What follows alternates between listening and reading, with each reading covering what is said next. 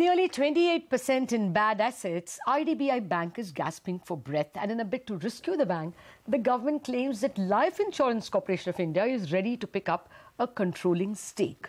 But should the state-run insurance giant own a bank? Does it not raise issues of conflict of interest? And does this set a good precedent for other PSU banks saddled with bad loans? We will be joined by an eminent panel to discuss all these and even more important question in terms of how it impacts financial stability. But first, let me bring in Sapna Das, my colleague, who has picked up some exclusive information on why the government actually rejected two private players who were ready to buy IDBI Bank. Sapna, tell us.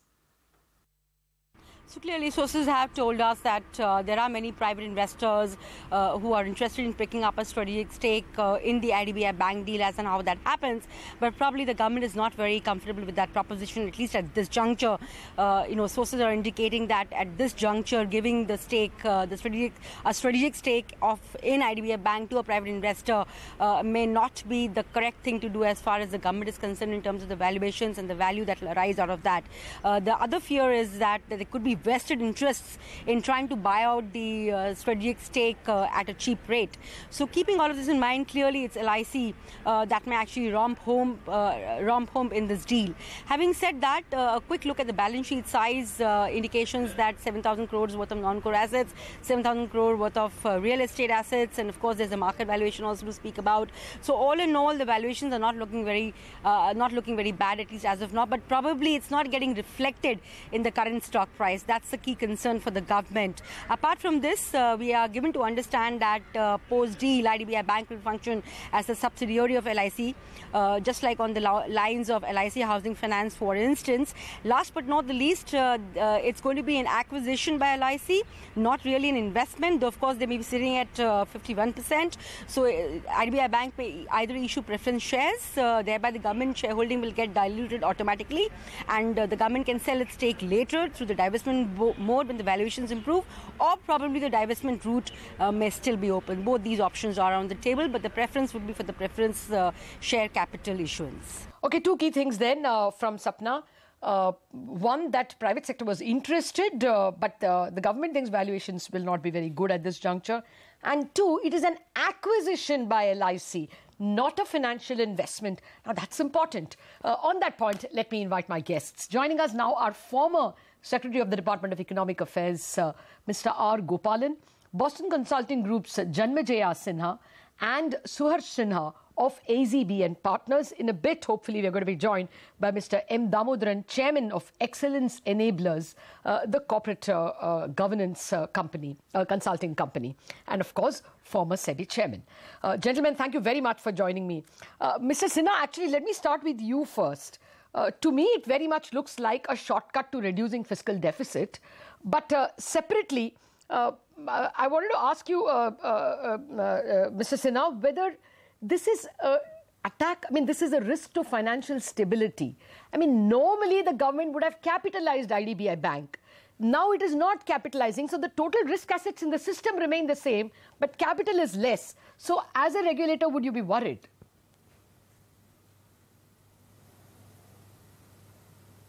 Firstly, luckily, I'm not a regulator, so I don't have to take on their worries. Secondly, there are no, I'm just saying that, look, what do public sector banks suffer from? They suffer from three problems. One is a governance issue. Second, it's an HR issue.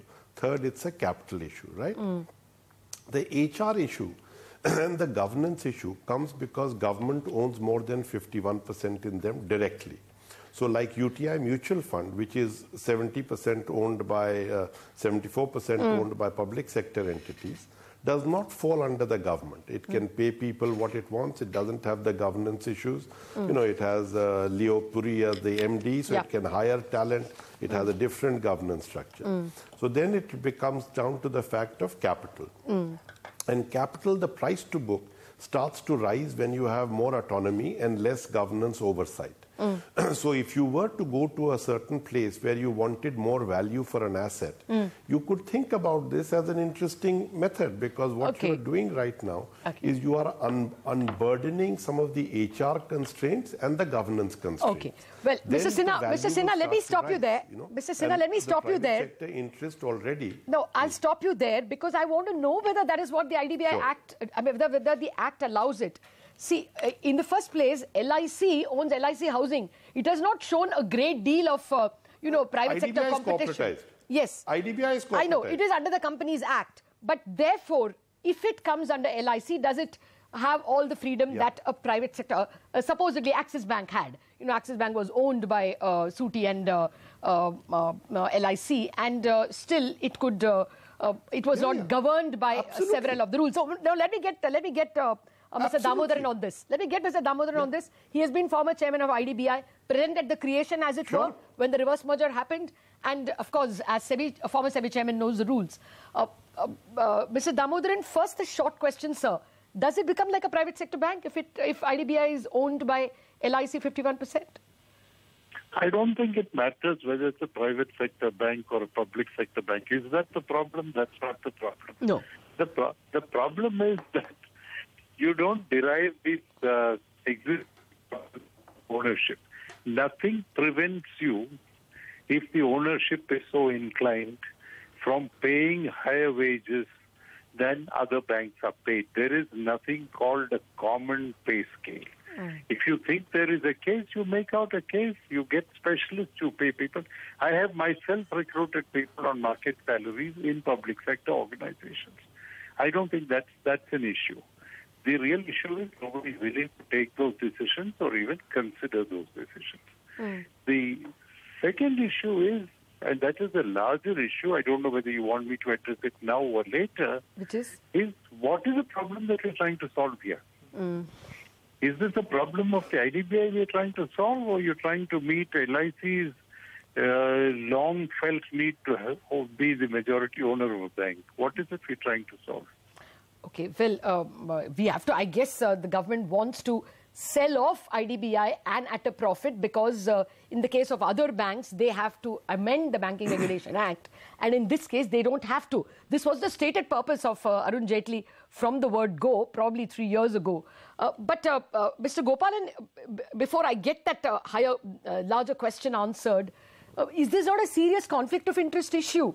I mean, if LIC, as my colleague Sapna said, will be acquiring and not making a financial investment, it can't have board seats in other banks. Surely the shareholders of other banks have a right to take the government to court on this, no? Well, one needs to see how this is going to be structured. Is it going to be by way of buying the existing shares, or additional shares are going to be issued and then LIC is going to subscribe to it? Because that will be a way of looking at boosting the capital base of IDBI. IDBI requires a lot of capital. So issuing additional shares and then making LIC subscribe to it and then boosting its investment, holding of the company, that is one way of looking at. Another way of buying from government the existing, whatever 40% or whatever, so it gets 51% overall. There are ways of looking at as to how the acquisition can be made. I don't think any final decision has been taken on that as yet. This is what I hear. But the question is, you talked about a larger question of the conflict. Now, well, banks are owning world over insurance companies, and insurance companies also, hold banks. The question is, does LIC need a bank at this point in time from its business viewpoint? In my view, it is not required.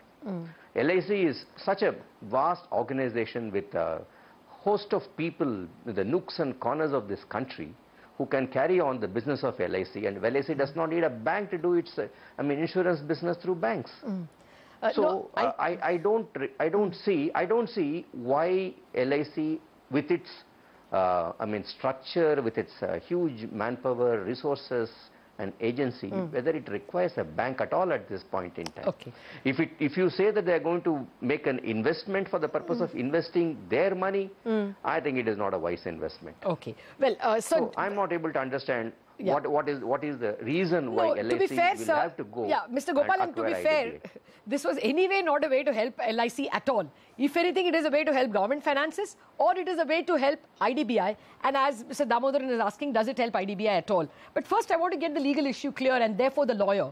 Suharsh, first of all, is there not a clear conflict of interest? Can you own a bank? I mean, RBI's rules itself say that you can only have 5% in any entity. One bank can have only 5% in another banking entity, not more. I think LIC was given some time to bring down its stake. So, first, conflict of interest. Would an ICICI shareholder take you to court? So, I mean, presently, IDBI in any case has about 11% in IDBI, which, and that stake has not been reduced yet. Yes. So, to that extent, there could be a certain conflict of interest. I don't think that can be denied. But it really boils down to how the transaction is structured going forward. What is the amount of board representation they have? The shareholders' agreement, if there is one, then what are the powers that they have? The board representation. 51% you really have the board. But more importantly, it also leads to other regulatory issues. If I can quickly touch upon that, I mean, the main issue that we see is that there could be a requirement of an open offer. Exactly. Will there be? Yes. So, on the bare reading of what we see in the press, there should be a requirement of an open offer unless SEBI makes an exemption. Now, I don't think that will set a very good precedent, because in the past we have seen that when ONGC was acquiring another PSU company, the government again made an exemption from an open offer. So if there's a trend that is coming out in the market that in case it's a government-to-government sale, then the open offer requirement is dispensed with, then what happens to the rights of minority shareholders and other private investors who invest in government companies? I don't think it's setting a very good precedent. The other thing I want to quickly touch upon is, as Mr. Damodaran pointed to, what is the problem we are trying to solve for? I see one of the problems I see being tried to solve for is the fact that the NPAs in public sector banks has reached such alarming levels, most pertinently in IDBI. So what I think we require is a principle-based solution and not ad hoc solutions, which this seems to be. Government already has the FRDI bill, which is pending in the Parliament, the Financial Regulatory and Deposit Insurance Bill, which is basically a bankruptcy code for banks. Now, that is something which has not been pushed through yet. Oh, Suharsh, don't get down that path. I don't see that happening at all. There are too many people opposed to it, and many of them for the right reasons. But I take your two legal points that you're making clear conflict of interest and bad precedent if this is set aside, and secondly, open offer necessarily should be made. But Mr. Damodaran, to the larger question now. How will it help IDBI at all?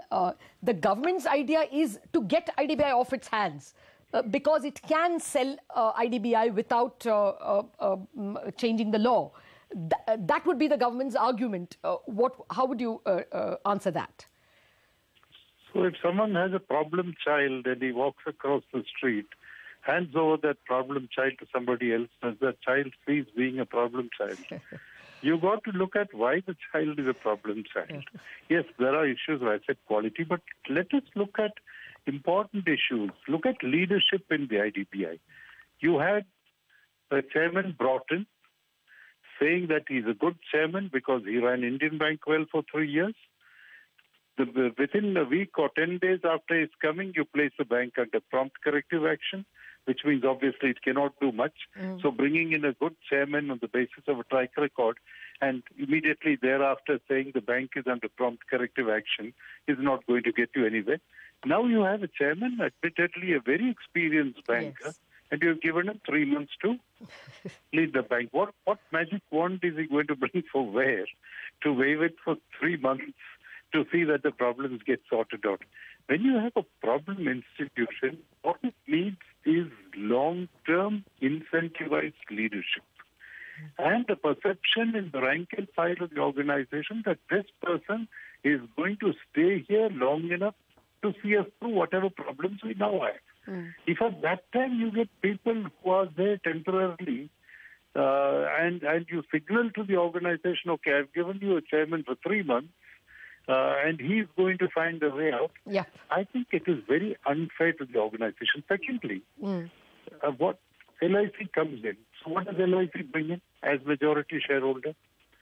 Is LIC going Capital, to have hopefully. the right to appoint a chairman? What does it bring in?